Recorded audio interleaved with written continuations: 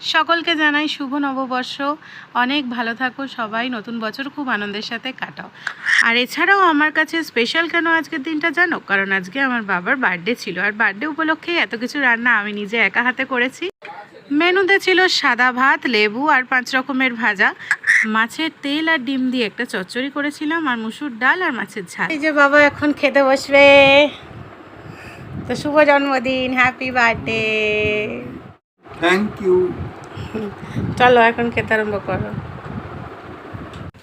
আর হ্যাঁ, সাথে 5 রকমের মিষ্টিও ছিল।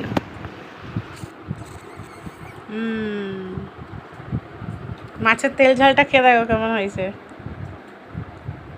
আজকে আমি সব কিছু রান্না করেছি, জানি না কেমন হয়েছে। এই খেয়ে দেখো, ভালো হয়েছে? আচ্ছা, থ্যাংক ইউ। চলো খাওয়া দাওয়া কমপ্লিট করা যাক। Bye bye.